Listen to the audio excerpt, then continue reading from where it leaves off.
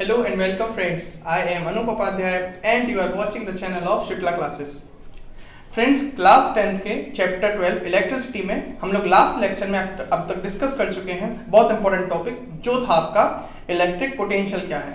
हमने आपको बताया इलेक्ट्रिक पोटेंशियल वहाँ पे क्या होता है, उसकी ज़रूरत क्यों होती है, फिजिक्स के अकॉर्डिंग इलेक्ट्रिक पोटेंशियल की डेफिनेशन क्या है, क्या उसका फॉर्मूला है, उसकी एसआई यूनिट क्या है, स्केलर क्वांटिटी है, वेक्टर क्वांटिटी है, वो सारी चीज़ें हमने वहाँ पे डिस्कस कर ली थी। बच्चों आज का जो टॉपिक है वो बहुत ज़्यादा ज़रूरी है क्योंकि उसमें आज हम डिस्कस करेंगे इलेक्ट्रिक पोटेंशियल डिफरेंस। आपके इलेक्ट्रिक पोटेंशियल डिफरेंस जो वर्ड है ये पूरे चैप्टर में बार बार रिपीट होगा, तो हमें समझना है इसका कॉन्सेप्ट क्या है। बहुत सिंपल वे में इसको समझेंगे, अलग अलग एग्जाम्पल के जरिए एट द एंड आपको ये पूरा टॉपिक समझ आ जाएगा। तो देखते हैं इसका पहला एग्जाम्पल। बच्चों मैं आपसे कहता हूँ आपके पास दो कंटेनर्स हैं, कंटेनर ए और कंटेनर बी। बच्चों इन दोनों कंटेनर्स में पानी भरा हुआ है। इस कंटेनर में जाहिर सी बात है ज्यादा पानी है और इस कंटेनर बी में कम पानी भरा हुआ है। दोनों कंटेनर्स को मैंने एक पाइप से कनेक्ट कर दिया है और बीच में मैंने यहाँ पर एक गेट लगा दिया बच्चों इस तरीके से। अब मुझे आप बताइए अगर मैं इस गेट को यहाँ से हटा दूं, अगर मैं इस गेट को यहाँ से हटा दूं तो ये वाटर किधर से किधर फ्लो करेगा, ए वाली टैंक से बी टैंक की तरफ या बी टैंक से ए टैंक की तरफ?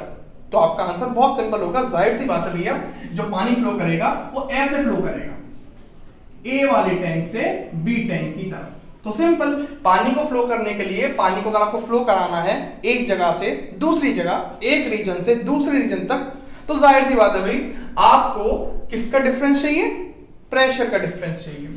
प्रेशर का आपको डिफरेंस चाहिए, प्रेशर डिफरेंस। ओके ठीक है भाई, प्रेशर का डिफरेंस चाहिए तो आपका वाटर फ्लो करेगा। जिस तरफ हाई प्रेशर है उससे लो प्रेशर की तरफ पानी मूव करेगा। देखिए यहाँ हाई प्रेशर है, यहाँ लो प्रेशर है, तो पानी हाई प्रेशर से लो प्रेशर की तरफ मूव करेगा। ठीक है भाई, कब तक मूव करेगा? जब तक दोनों तरफ का प्रेशर बराबर ना हो जाए, दोनों तरफ की हाइट सेम ना हो जाए। ठीक है भाई, यहाँ तक बात रही। यहाँ देखिए दूसरा एग्जाम्पल। यहाँ मेरे पास दो कप थे, दो बॉडीज हैं, इसमें चाय भरी हुई, चाय यहाँ भी ये चाय भरी हुई है भाई, यहाँ पे भी, यहाँ भी चलो कॉफी है, बहुत बच्चों को कॉफी पसंद है, यहाँ कॉफी। ठीक है, ये जो चाय है ये 70 डिग्री सेल्सियस पर है, ये कॉफी थी 10 डिग्री सेल्सियस, बिल्कुल ठंडी हो चुकी थी। अब ये बताओ बच्चों मैंने क्या किया, मेरे पास देखिए ये जाहिर सी बात है हॉटर बॉडी है, ये कोल्ड बॉडी है। मैंने दोनों को कनेक्ट कर दिया एक चम्मच से। चम्मच से मैंने कहने का मतलब एक मेटल से कनेक्ट कर दिया दोनों बॉडीज को। तो बेटा बताओ मेटल से तो हीट ट्रांसफर हो जाती है ना, जाहिर सी बात है। अगर आप जो है किसी बर्तन को जो मेटल का है उसे पकड़ लेते हो तो आपको हीट एक्सपीरियंस होती है क्योंकि मेटल जो है हीट का कंडक्टर होता है। तो बेटा ध्यान से देखिए मैंने दोनों को कनेक्ट कर दिया एक मेटल से। तो बताओ हीट किधर से किधर फ्लो करेगी, हॉटर से कोल्डर या कोल्डर से हॉटर? तो जाहिर सी बात है हीट ए बॉडी से बी बॉडी की तरफ ट्रांसफर होगी। मतलब हीट को फ्लो करने के लिए किसकी जरूरत है? टेम्परेचर के डिफरेंस। अगर आपको हीट फ्लो कराना है तो आपको क्या चाहिए? टेम्परेचर का difference. For heat flow. Okay, यहां फॉर वाटर फ्लो। अब तीसरा और आखिरी बच्चों, मेरे पास, हमें आपको बताया था मैंने पिछले लेक्चर्स में भी कि आपके पास ये कोई मेटल है और इस मेटल में काफी सारे इलेक्ट्रॉन होते हैं। ठीक है बच्चों, ये इलेक्ट्रॉन्स जो है रूम टेम्परेचर पे मेटल रखा हुआ है, ये मेटल का टुकड़ा है और ये रूम टेम्परेचर पे रखा हुआ है। तो इसके अंदर जो इलेक्ट्रॉन है ना बच्चों, जो फ्री इलेक्ट्रॉन है वो रुके हुए नहीं है, वो बहुत तेजी से मूव कर रहे हैं। कैसे मूव कर रहे हैं? अलग अलग डायरेक्शन में। जैसे यहां देखिए बच्चों, ये आपके पास एक मेटल है, ये इलेक्ट्रॉन, ये इलेक्ट्रॉन, ये इलेक्ट्रॉन, ये इलेक्ट्रॉन, काफी सारे इलेक्ट्रॉन है। रूम टेम्परेचर पे मेटल रखा हुआ है बच्चों, रूम टेम्परेचर पर। तो जितने भी इलेक्ट्रॉन्स हैं ना यहाँ पर, एक इधर मूव कर रहा होगा तो कोई इधर मूव कर रहा होगा, एक इधर जा रहा है तो कोई इधर जा रहा है, मतलब ये रैंडम डायरेक्शंस में मूव कर रहे हैं, रुके हुए नहीं है। अब मुझसे कहा गया है भाई कि आपको इलेक्ट्रॉन्स को, जो कंडक्टर के अंदर इलेक्ट्रॉन्स हैं, उन्हें एक रीजन से दूसरे रीजन तक लेके जाना है एक पर्टिकुलर डायरेक्शन में। जैसे यहाँ देखिए पानी एक जगह से दूसरी जगह जा रहा है एक डायरेक्शन में, यहाँ हीट एक रीजन से दूसरी रीजन में जा रही है एक डायरेक्शन में। ऐसे ही मुझसे कहा है कि सारे इलेक्ट्रॉन्स को एक तरफ लेके जाओ, सारे चार्ज पार्टिकल को एक तरफ पुश कराओ। समझिए हमें मतलब इस बार कंडक्टर में करंट, बस सारे चार्ज पार्टिकल अगर एक तरफ मूव करेंगे तो क्या बनेगा? करंट बनेगा। सिंपल, क्योंकि करंट की डेफिनेशन क्या होती है? Current is simply ordered flow of electrons. तो अगर आपसे कहा है कि इलेक्ट्रॉन्स को एक पर्टिकुलर डायरेक्शन में मूव कराओ, तो कौन कराएगा यहाँ पे? क्या हीट कराएगी? क्या टेम्परेचर के डिफरेंस से हो जाएगा ये काम? क्या प्रेशर के डिफरेंस से हो जाएगा काम? नहीं बच्चों। तो वो कौन सी क्वांटिटी है? किस चीज का डिफरेंस क्रिएट करना पड़ेगा यहाँ पर कंडक्टर्स के एंड्स पर? किस चीज का डिफरेंस क्रिएट करें हम जिससे इलेक्ट्रॉन्स एक रीजन से, एक एंड से दूसरे एंड्स की तरफ पुश हो? समझ रहे हैं आप? मतलब मैं जानना चाहता हूं वो कौन सा ऐसी क्वांटिटी है, हम किसका डिफरेंस क्रिएट करें इस कंडक्टर्स के एंड्स पे कि इलेक्ट्रॉन्स एक तरफ पुश होने पे मजबूर हो जाएं? तो बच्चों वो है आपका पोटेंशियल डिफरेंस। आपको इस कंडक्टर के दोनों एंड्स पे पोटेंशियल का डिफरेंस क्रिएट करना पड़ेगा। फिर समझिए, तो हमने यहां से क्या सीखा? पहली चीज, इलेक्ट्रिक पोटेंशियल डिफरेंस हम चाहते क्यों हैं? क्या कर सकता है इलेक्ट्रिक पोटेंशियल डिफरेंस बच्चों? So electric potential difference is necessary to flow the charged particles in a particular direction in a conductor. Conductors में चार्ज पार्टिकल को एक पर्टिकुलर डायरेक्शन में अगर आपको मूव कराना है बच्चों, मतलब आपको करंट पास कराना है किसी कंडक्टर से, तो आपको इस जनाब की मदद लेनी पड़ेगी पोटेंशियल डिफरेंस की। तो सबसे पहले इसी चीज को लिख लेते हैं। पोटेंशियल डिफरेंस की जरूरत क्यों पड़ती है? Electric potential difference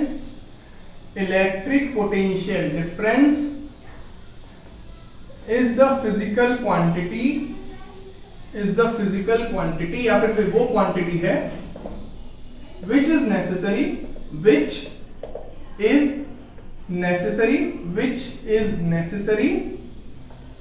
to flow or to move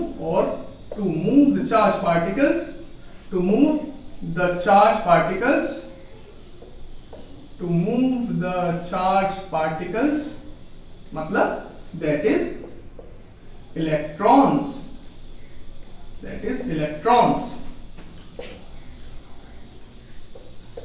in a ordered manner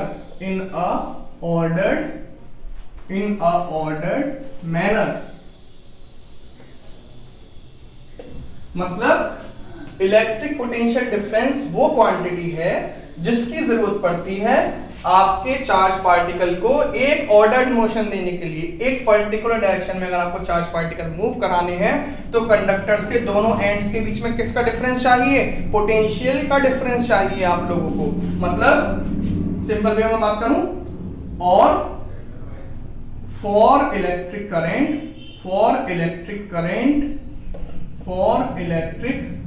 current in the wire we need the potential difference between the ends of wire। किसी भी वायर के एंड्स के बीच में अगर आप पोटेंशियल डिफरेंस क्रिएट कर सकें तो बच्चों आप उसके चार्ज पार्टिकल को एक तरफ पुश करा सकेंगे जिससे उसमें इलेक्ट्रिक करंट बनेगा। तो ये है आपकी फिजिक्स के अकॉर्डिंग क्या जरूरत है इलेक्ट्रिक पोटेंशियल की, बहुत इंपॉर्टेंट। अब बच्चों ऐसा कारनामा कौन करके दिखाता है? जैसे यहां पे ये करके कौन दिखाएगा? जैसे यहां पे बच्चों प्रेशर का डिफरेंस क्रिएट हुआ, किसने करके दिखाया? प्रेशर जो डिफरेंस है वो किसने करके दिखाया? हाइट का डिफरेंस था जिससे प्रेशर का डिफरेंस क्रिएट हुआ। ओके, यहां हीट फ्लो हुई एक डायरेक्शन से दूसरे डायरेक्शन में। यहां हीट को फ्लो करने का कारनामा किसने करके दिखाया? सिंपल, टेम्परेचर के डिफरेंस ने।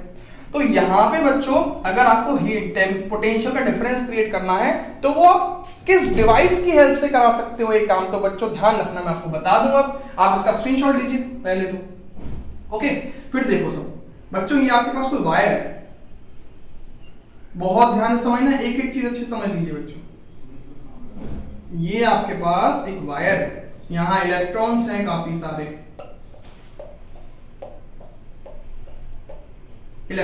काफी सारे इलेक्ट्रॉन्स।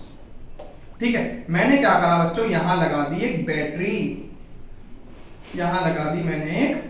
ये उसका नेगेटिव वाला टर्मिनल। बैटरी पे अगर आप ध्यान से देखोगे तो आपको एक नेगेटिव टर्मिनल मिलेगा, नेगेटिव साइन मिलेगा, और एक बैटरी पे आपको इस तरीके से एक पॉजिटिव टर्मिनल मिलता है बच्चों। तो ध्यान से देखो बैटरी के अंदर क्या होता है बच्चों, ध्यान से मैं आपको एक सिंपल सा एग्जांपल देके बता रहा हूं, ज्यादा डिटेल में नहीं जा रहा मैं। बैटरी के अंदर दो इस तरीके से इलेक्ट्रोड्स होते हैं, इस तरीके से मान लीजिए आप, ऐसा। एक जो आपके पास इलेक्ट्रोड होता है, जो एक रॉड होती है, उस पे तो काफी सारे इलेक्ट्रॉन्स अवेलेबल होते हैं, काफी सारे इलेक्ट्रॉन उस पे डिपॉजिट होते हैं। वो रॉड जब उस पे काफी सारे इलेक्ट्रॉन उस पे काफी सारे इलेक्ट्रॉन डिपॉजिट हैं, तो वो रॉड जो है नेगेटिव होती है। और एक रॉड ऐसी होती है बैटरी में, एक रॉड बैटरी में ऐसी होती है जिसपे इलेक्ट्रॉन्स की बहुत ज्यादा कमी होती है, तो वो रॉड बैटरी में पॉजिटिव होती है बच्चों। तो देखिए, एक रॉड पॉजिटिव है, एक रॉड नेगेटिव है। अब ध्यान से समझना बच्चों, तो ये बताओ फुर्ती से मुझे यहां पर देख करके, नेगेटिव से इलेक्ट्रॉन, ये देखिए ये नेगेटिव वाला हिस्सा है, मतलब यहाँ पे काफी सारे इलेक्ट्रॉन पहले से मौजूद हैं, और ये है पॉजिटिव वाला हिस्सा, यहाँ पे इलेक्ट्रॉन्स की कमी है। तो बेटा बताओ, ये इलेक्ट्रॉन्स, ये जो वायर में मौजूद हैं, ये इलेक्ट्रॉन्स किस तरफ पुश होंगे और किस तरफ रिपेल होंगे? जरा देखो बच्चों, ये इलेक्ट्रॉन्स पे कैसा चार्ज? Negative charge. और ये इलेक्ट्रोड, ये जो आपकी रॉड है बैटरी की, इस पे भी कैसा चार्ज? Negative charge. तो इधर से तो इलेक्ट्रॉन्स रिपेल होंगे, इधर से तो इलेक्ट्रॉन बाहर की तरफ पुश होंगे। और बच्चों किस तरफ इलेक्ट्रॉन्स मूव करेंगे, किस तरफ इलेक्ट्रॉन एंटर करेंगे? तो बच्चों इलेक्ट्रॉन पॉजिटिव की तरफ एंटर करेंगे। तो ध्यान से देखिए बच्चों, अब सारे के सारे इलेक्ट्रॉन एक पर्टिकुलर डायरेक्शन में मूव कर रहे हैं, नेगेटिव से दूर भाग रहे हैं और पॉजिटिव की तरफ जा रहे हैं। देखिए, जो इलेक्ट्रॉन पहले इधर उधर भाग रहे थे, जैसे ही आपने बैटरी कनेक्ट की, वो सारे के सारे इलेक्ट्रॉन एक पर्टिकुलर डायरेक्शन में चलने लगे। नेगेटिव, बैटरी के नेगेटिव से तो अभी जा रहे हैं और बैटरी के पॉजिटिव की तरफ। तो देखिए, इस तरीके से चेन कंप्लीट होती है, नेगेटिव से पॉजिटिव, फिर इस तरीके से ये चेन कंप्लीट होते जाती है। बच्चों ध्यान से देखिए, इस तरीके से साइकिल मूव करती है, ऐसा। तो ये हमारे पास कंडीशन होती है बच्चों, बहुत ज्यादा इंपॉर्टेंट, किसके लिए? करंट को फ्लो कराने के लिए। और किसने कराई? आपने जैसी बैटरी लगाई तो ये बैटरी ने क्या किया? कंडक्टर के दोनों एंड्स की तरफ पोटेंशियल डिफरेंस क्रिएट कर दिया, जिसकी वजह से आपके चार्ज पार्टिकल एक तरफ मूव करने लगे, नेगेटिव से वे पॉजिटिव की तरफ। क्या मेरी बात आप समझ पाए? तो यहां तक तो बात है। इलेक्ट्रिक पोटेंशियल डिफरेंस का मतलब क्या है? कौन ये काम करके दिखाता है? बैटरी से ही आप कंडक्टर के दोनों एंड्स के बीच में पोटेंशियल डिफरेंस क्रिएट करा सकते हैं। अब थोड़ा सा इसका मैथमेटिकल फॉर्मूला, फिजिक्स के अकॉर्डिंग इसकी डेफिनेशन क्या है? ये तो फिजिक्स के अकॉर्डिंग इसका मतलब हुआ, क्या होता है पोटेंशियल डिफरेंस, कैसे कौन क्रिएट करता है पोटेंशियल डिफरेंस? बैटरी क्रिएट करती है। लेकिन अगर आपसे कोई ये पूछता है कि इलेक्ट्रिक पोटेंशियल डिफरेंस एग्जाम में लिखवाने को आ गया, तो आप क्या लिखोगे बच्चों? तो उससे और देख लेते हैं जल्दी से, कैसे डिफाइन करते हैं इलेक्ट्रिक पोटेंशियल डिफरेंस। तो बच्चों उसे देखने के लिए, समझने के लिए जरा इधर देखें।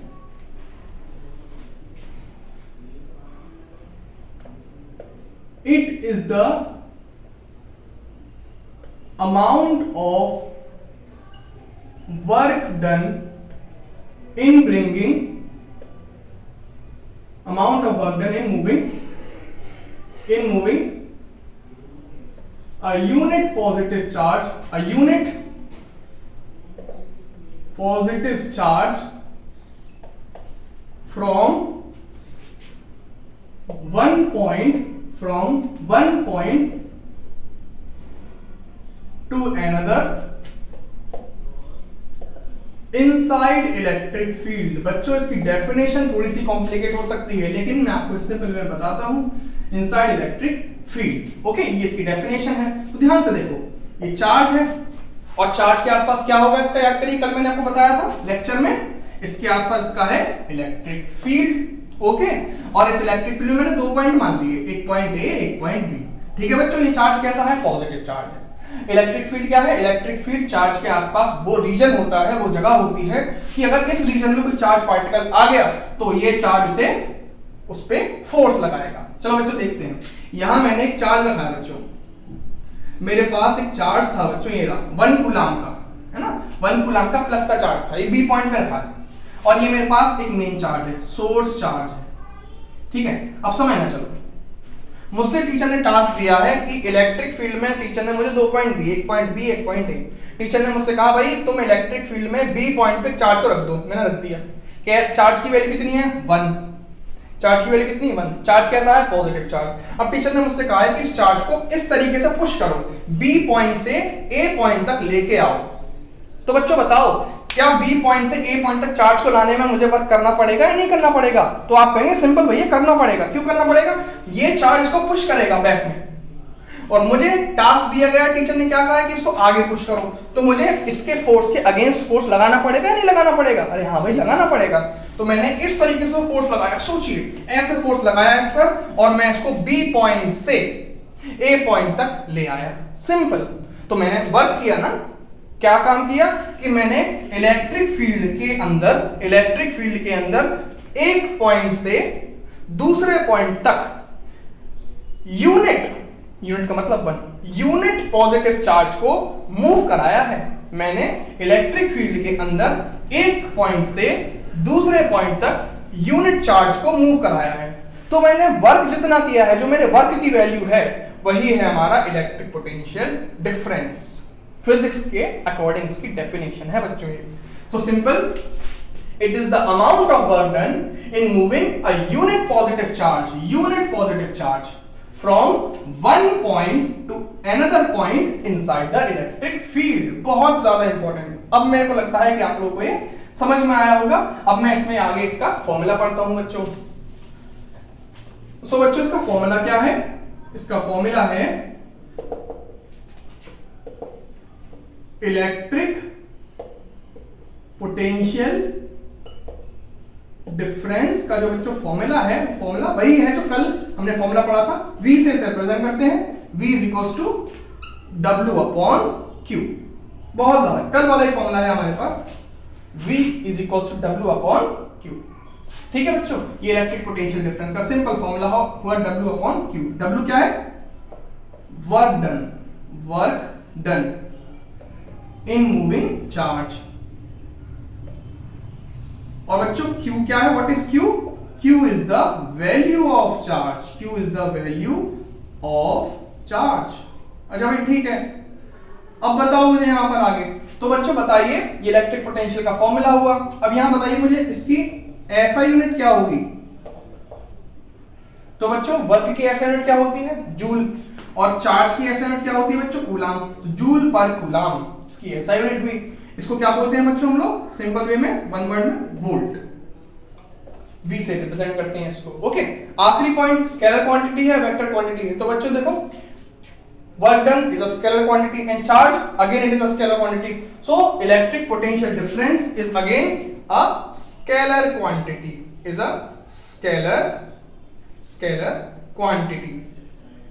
ओके, ये है आपका बच्चों पूरा कॉन्सेप्ट इलेक्ट्रिक पोटेंशियल डिफरेंस के बारे में। हमने इस लेक्चर में डिस्कस किया इलेक्ट्रिक पोटेंशियल डिफरेंस की जरूरत क्यों पड़ती है, क्यों इसे पढ़ते हैं, फिजिक्स के अकॉर्डिंग इसका क्या मतलब है। फिर हमने इसकी डेफिनेशन देखी, फिजिक्स के अकॉर्डिंग इसकी डेफिनेशन क्या है, इसका फॉर्मूला क्या है, इसकी यूनिट क्या है। ओके, और फिर ये कैसी क्वांटिटी है, सारा डिस्कशन हमने इस लेक्चर में किया है। अगर आप लोग को ये लेक्चर पसंद आए हो तो प्लीज मेरी आप लोगों से रिक्वेस्ट है कि इस लेक्चर को अपने फ्रेंड्स के साथ शेयर कीजिए और इस वीडियो को लाइक कीजिए और कमेंट सेक्शन में मुझे बताइए कि आपको ये वीडियो कैसा लगा। और अगर आप लोग इस चैनल पर नए हैं तो प्लीज चैनल को सब्सक्राइब कीजिए। Thank you and